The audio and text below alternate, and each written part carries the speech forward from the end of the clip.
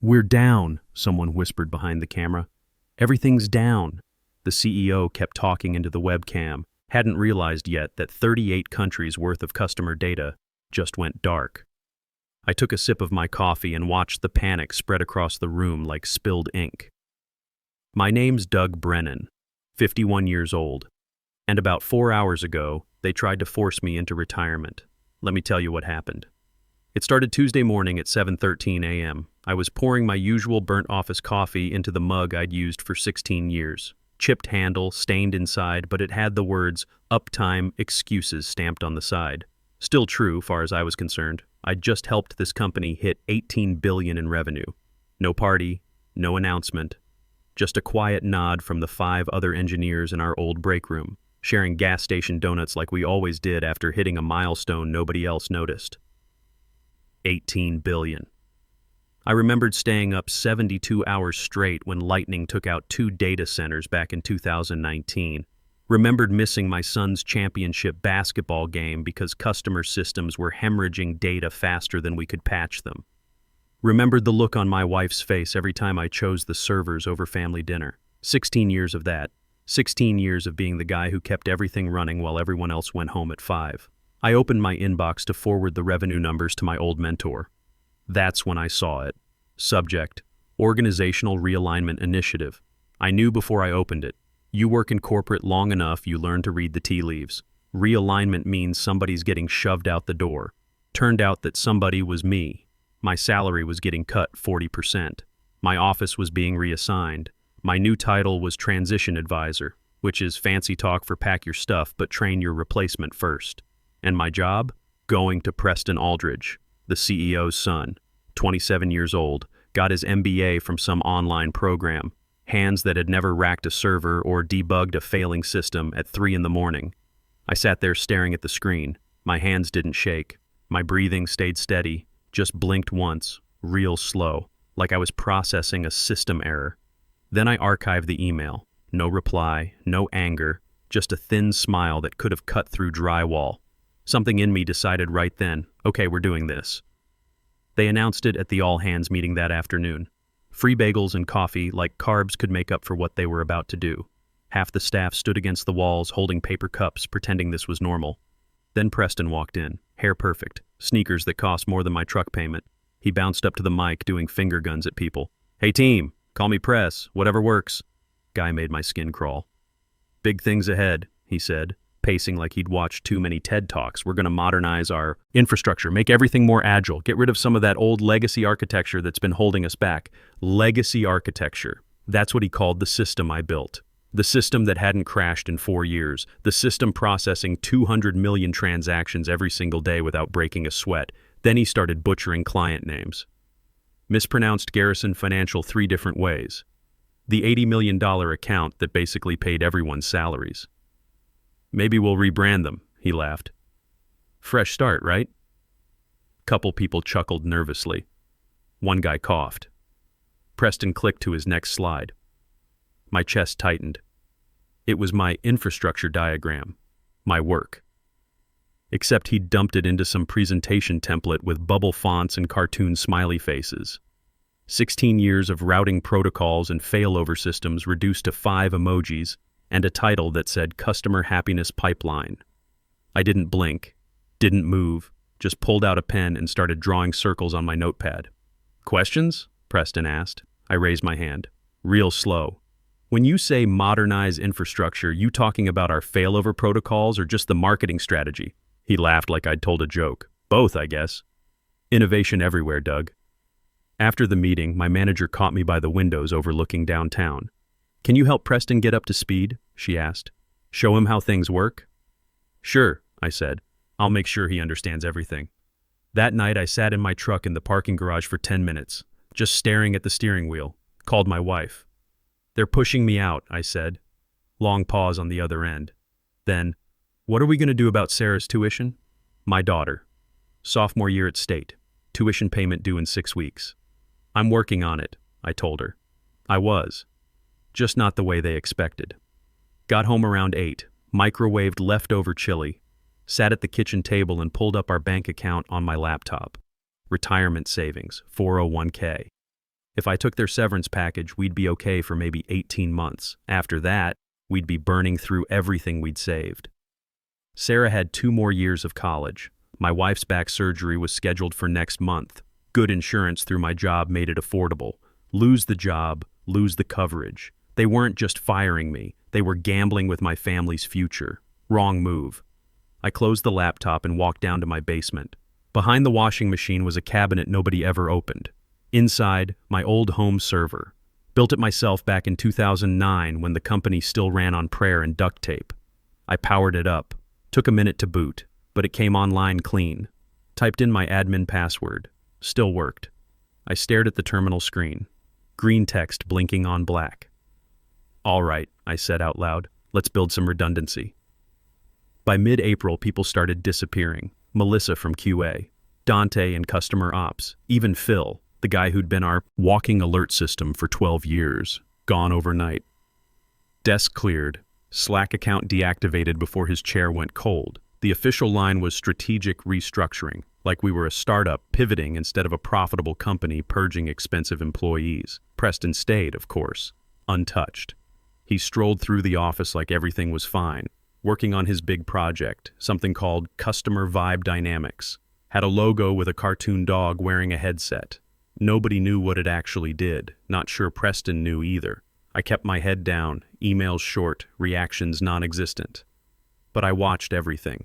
Watched who stopped getting invited to meetings. Watched who started packing boxes at 4:30 instead of staying late. Heard the pauses in HR voices when they scheduled quick chats. My son called one evening while I was at my basement workstation. "Dad, Mom says you're leaving the company?" "Something like that," I said, typing commands into the terminal. "You okay?"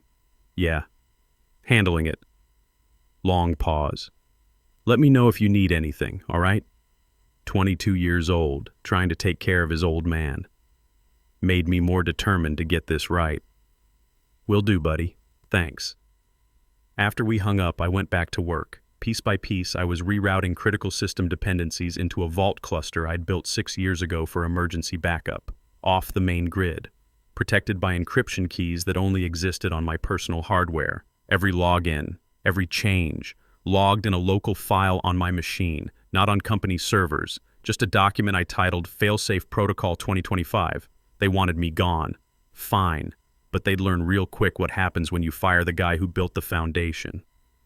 It came for me on a Thursday. 2 HR reps walked me into a glass conference room, one trying too hard to smile, one looking dead inside. Somebody had put fake flowers in a vase on the table. "Doug, we're formalizing your transition," the smiley one said. "You've been so valuable. We want to offer you an early retirement package." The dead-eyed one slid a folder across the table. "Just need your signature on the separation agreement." I opened it, scanned through. Early retirement with penalties if I refused. Severance tied to a non-disparagement clause. A whole section saying I couldn't disclose any technical details about systems I'd personally built. I didn't blink. "I'm still the only operator on 3 routing endpoints," I said. 2 of those run our biggest client integrations. Don't think they're ready to fly solo yet." Deadeyes frowned. "We thought the new team was handling that." I just looked at him. Let the silence hang there. Then I slid the folder back across the table. "I'll think about it." That night, I pulled out an old shoebox from behind the washing machine. Inside was printed documentation from 9 years ago, actual paper, not digital files that could vanish, showing the license terms for the custom routing logic I'd written. Right there on page 1. License grant revocable. Rights reserved to individual contributor. My name, my signature. Still legally binding. I scanned it, saved 3 copies in 3 different places. Then I added one more line to my protocol. Our override NDA equals true, just in case they pushed harder. The real fun started with a Slack message, posted at 9:47 p.m. on a Tuesday, from Preston. Infrastructure glow up alert. Just renamed our core clusters to something cooler. Say hi to Node Alpha, Node Beta, and Node Taylor. Yeah, after Swift, deal with it, LOL. Preston, things attached was a spreadsheet showing his new naming scheme. No testing, no version control, no backup plan, just pure confidence from a guy who didn't know what he didn't know. I read it twice, forwarded it to my personal email. Subject line, Exhibit A. By noon the next day, customer dashboards were acting weird. By 3 p.m., everything was loading like we were back on dial-up internet. Engineering leads started messaging me. "Doug, you seeing this?" "Yeah," I typed back. "Probably migration bugs. Let's keep an eye on it." I knew exactly what was happening. Preston had cut the connection between the node names and the underlying routing scripts. The system was looking for endpoints that didn't exist anymore. Instead of asking me for help, they filed a ticket. UI acting funny. Low priority. I almost laughed. A week later, they called a big meeting. The kind where leadership pretends they care about input, but decisions are already made. The CEO walked in fresh from some board retreat, all smiles. "We're crushing Q2. Let's make the investor call legendary." "Can we show off the new cluster names in the demo?" Preston asked, bouncing in his chair. "Absolutely," the CEO said. "Investors eat that stuff up." I raised my hand, kept my voice level. "There's an instability in the routing bridge. Should probably hold off on the live demo until we patch it." The CEO waved me off. "Doug, we need to trust our new leadership. They get what investors want to see." And that was it. Green light for a live demo. CEO presenting. Preston running the back end. Neither of them had a clue what was about to happen. That night, I sat at my basement terminal, stared at the screen for a full minute. Then I typed the final command. Trigger, failsafe. Execute, 09 o'clock, Juchog. Scope all, nodes. Scheduled silence. Set for exactly 9 a.m., Friday morning, right when they be live with investors. I leaned back, took a breath. They wanted to see modern infrastructure. They were about to get a master class in what happens when you ignore the people who built it. Friday morning, 7:42 a.m., I walked into the building same as always. Coffee in hand, flannel shirt under my work jacket, steel-toed boots I'd been wearing since the warehouse days. "Morning, Doug," the receptionist said, barely looking up. The office was buzzing. Executive assistants hauling in catered breakfast. Videographer setting up lights in the main conference room. Someone had mounted a teleprompter next to the CEO's monitor for his talking points. Nobody paid me any attention. I was already a ghost. I walked past the collaboration pod where they'd shoved my desk after taking my office. My name was still on the whiteboard, half erased under somebody's doodle of a rocket ship. Grabbed my coffee, walked down the hallway to systems operations. Badge still worked. They'd never revoked my access to the old server room. Probably forgot it existed. Hadn't been on facilities maps since 2020. Inside, everything was cool and quiet. Rows of servers blinking like city lights at night. I sat at the terminal I'd installed myself back in 2009, tapped the keyboard, screen came alive. Vault relay, standby, kill switch, 08-4630, node status, nominal. Next ping, T-00, 1347. I leaned back in the chair, the one with the broken spring nobody else would sit in. Outside, executives were laughing. Preston was giving someone a high five.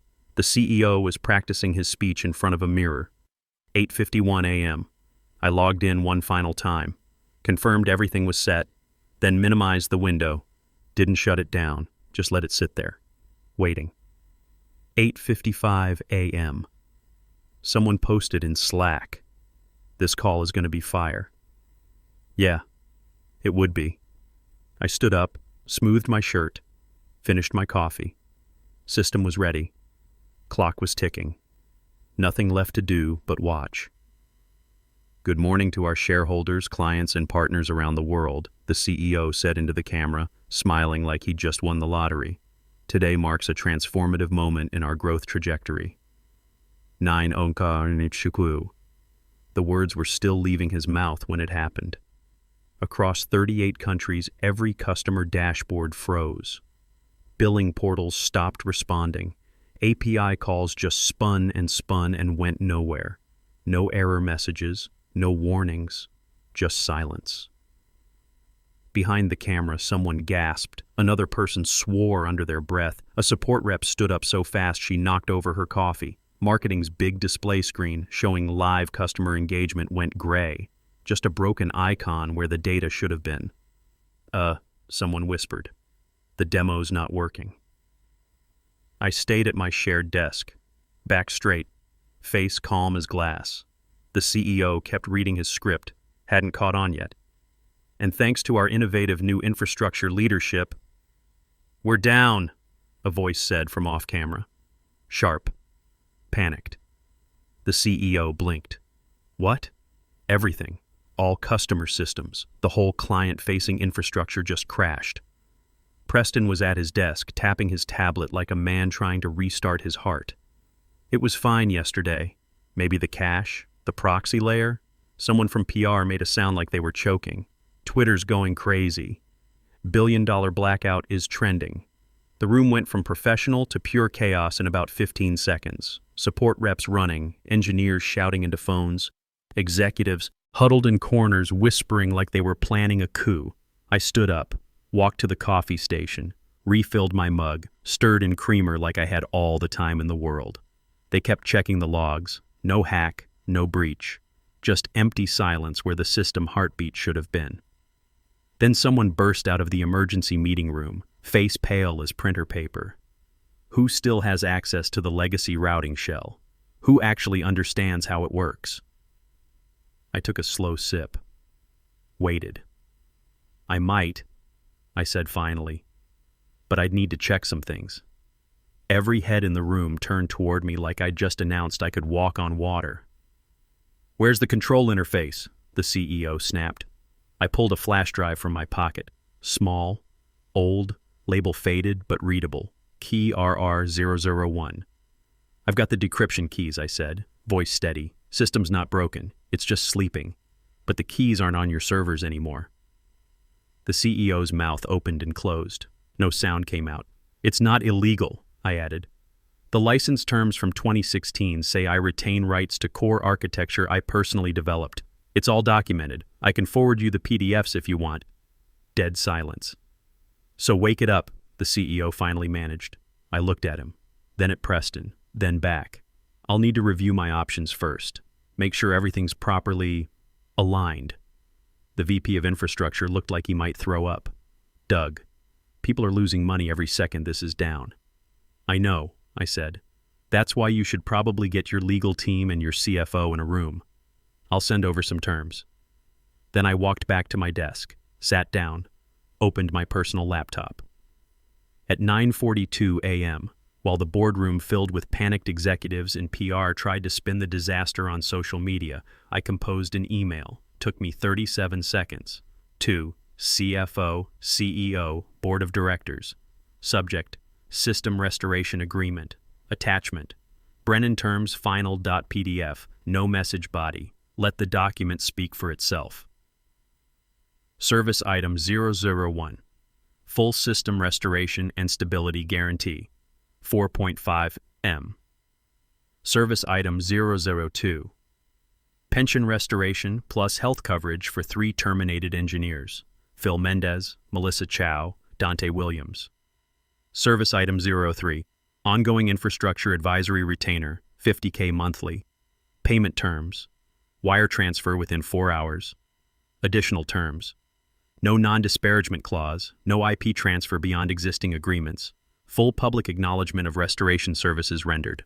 At the bottom in plain text: this is not extortion. This is compensation for value you attempted to eliminate. I hit send, closed the laptop, didn't check for replies. Already knew what they'd say. By 10:17 a.m., Preston was being walked out of the building. I watched from the break room window, 2 security guards flanking him. He was clutching his tablet, face red, looking around like someone might save him. Nobody did. His dad, the CEO, was somewhere in a locked conference room with lawyers and the CFO, probably realizing that firing your most experienced engineer to make room for your unqualified son was a bad play. By 10:40 a.m., HR sent out a company-wide email. Executive Role Realignment and Cultural Assessment Initiative. Corporate speak for "we screwed up and now we're scrambling." The VP of Infrastructure was gone by lunch, just vanished. Desk cleared like he'd never existed. My phone buzzed. Text from the CFO. Payment processing. Restore systems immediately. I finished my coffee first. Let them sweat another 5 minutes. Then I walked back to the server room, sat at my terminal, typed in the unlock sequence. Vault, restore, full, verify. Took 90 seconds. Systems blinked back online like they'd just woken from a nap. Customer dashboards loaded, billing portals responded, API calls flowed clean. The company's heartbeat came back, steady, strong, because I'd never actually broken anything. Just put it to sleep until they remembered who kept it alive. I didn't go back to my desk, walked straight to my truck, drove home. It was barely noon on a Friday, and I was done with that place. My wife was in the kitchen when I came in. She looked up from her laptop, reading glasses perched on her nose. "You're home early." "Yeah," I set my bag down. "I quit." She closed the laptop. "They pay you?" "Wire hit my account 20 minutes ago." "How much?" "Enough that Sarah's tuition is covered, your surgery's covered, and we're good for a while." She studied my face. 23 years of marriage. She could read me like server logs. "What did you do, Doug?" I poured myself a glass of water, took a sip, reminded them what happens when they forget who actually keeps the lights on. She smiled. Small, but genuine. Good. Then she stood up, walked over, and kissed me on the cheek. "I'm proud of you." That hit harder than I expected. Felt it right in my chest. "Thanks," I said. "Now go mow the lawn," she added. "It looks like a jungle out there. Back to normal." That's what I needed. That evening I got a call from Phil, one of the guys they'd laid off back in April. "Doug, just got a weird email from HR. Says my position's being reinstated with back pay. You know anything about that?" "Might have been part of the deal," I said. Silence on the other end. Then, "You did this?" "Company did it. I just suggested they make things right." "Man," his voice got thick. "I got a kid starting college in the fall. This saves us." "Good. You earned it, Phil." After we hung up, I felt something loosen in my chest. Preston getting fired was satisfying, getting paid was necessary, but making sure Phil and the others got their jobs back, that felt like actually winning. Monday morning, I started setting up my home office properly, filed LLC paperwork for Brennan Infrastructure Group, ordered business cards, set up a professional website, nothing fancy, just clean and direct. By Tuesday, I had my first call. CTO from a Fortune 500 company. They'd been watching the news about what happened. "We need someone who actually knows what they're doing," he said, tired of consultants who talk about innovation but can't debug a server if their life depended on it. "I can help with that," I said. "What's your rate?" $50,000 monthly retainer, minimum 6-month contract. Pause. Then, done. "When can you start?" By end of week, I had 3 clients, all prepaid contracts, all companies that had watched my former employer crash and burn on a live stream and decided they didn't want that happening to them. Turns out there's good money in being the guy who actually knows how things work. Saturday afternoon, I was on the back deck. Bourbon in my Yeti tumbler, watching the sun go down over the yard. Grass was mowed, gutters were fixed, fence had a fresh coat of stain, normal weekend stuff. Felt good to have time for it. My phone buzzed, text from my son. "Dad, heard you started your own company. That's awesome. Can you teach me some of that infrastructure stuff? Want to learn." I smiled, typed back, "Come by next weekend, I'll show you." Set the phone down, took another sip. My wife came out with her own glass of wine, sat in the chair next to mine. "Feel better?" she asked. "Getting there?" "Good." She raised her glass toward me. "You earned it." "Yeah, I guess I did." Somewhere downtown, they were probably still trying to figure out exactly how I'd pulled everything off. Good luck with that. Some things you don't learn from an online MBA or a fancy presentation deck. They'd called me legacy. Dinosaur. Old school. Said I was holding them back. Turns out old school still knows how to teach new lessons. I finished my bourbon, watched the last bit of sun disappear behind the trees. 22 years at that company before this one. Built systems, trained people, missed family dinners and basketball games and birthday parties because someone needed to keep the servers running. And in the end, they tried to shove me out for a kid who thought infrastructure was just a buzzword.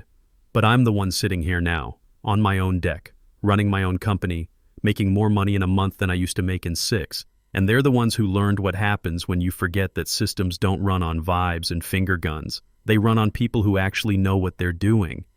My wife reached over and squeezed my hand. "Proud of you," she said again. "Thanks," I said. "Me too."